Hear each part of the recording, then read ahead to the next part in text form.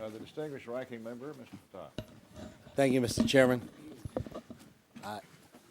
It was Benjamin Elijah Mays who said it was not failure but low aim that we are most challenged by.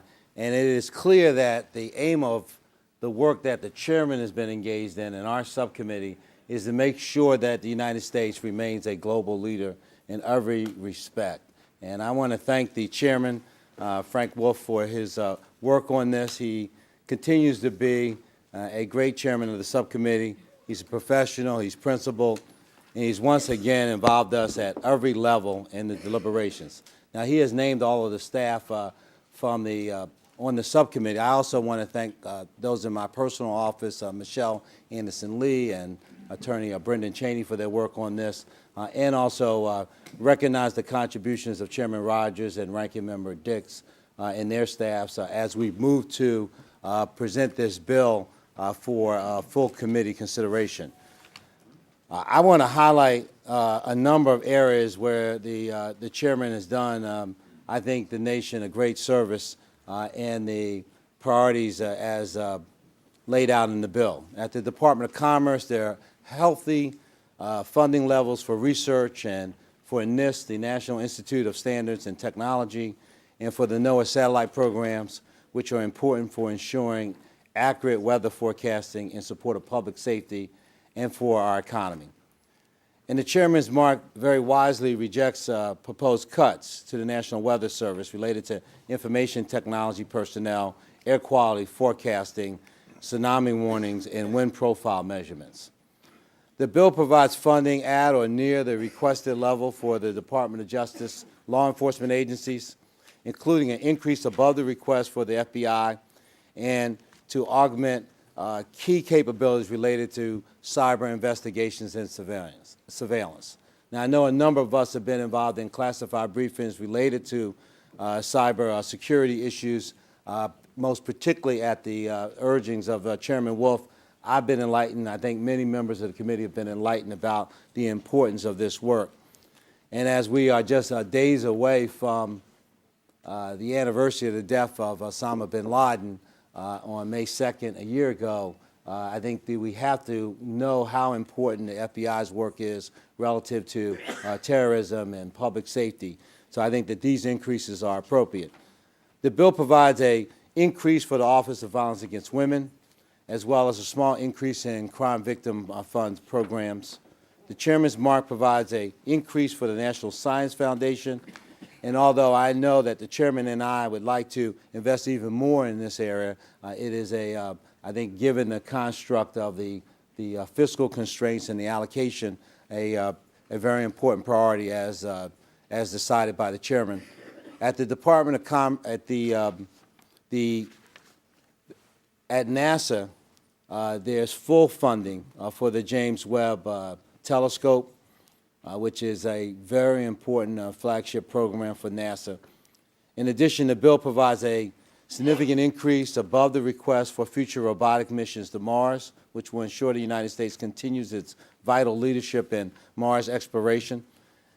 August 6th, we will have a landing thereabouts for our latest rover to go to Mars. And this is an important continuation of our investment in terms of Mars exploration.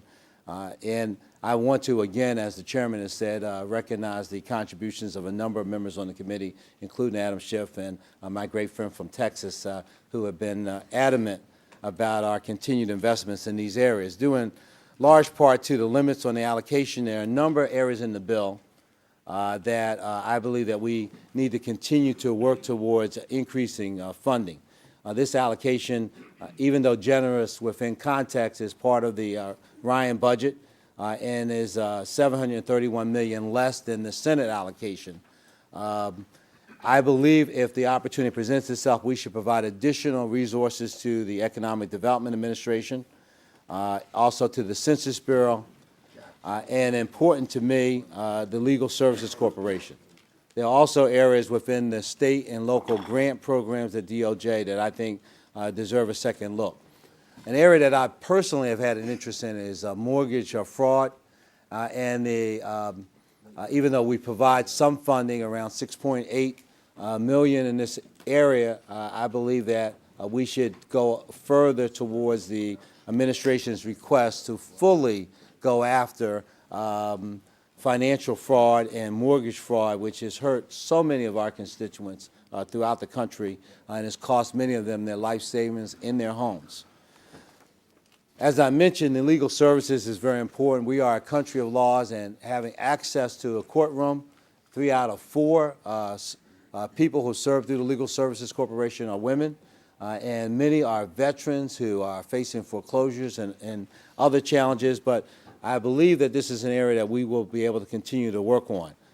I do want to focus on some very positive investments in manufacturing, the Manufacturing Extension Partnership, and also a set-aside of $2.5 million within that allocation for the National Innovative Marketplace, which connects up our manufacturers with manufacturing opportunities at the government level. The Advanced Manufacturing Technology Consortium, which was mentioned by the chairman, is a very significant request that has been met at $21 million by the president. And we have overall $149 million invested in the Advanced Manufacturing Initiative. There's nothing more important, and I believe in terms of economic revitalization of our economy than investing in manufacturing.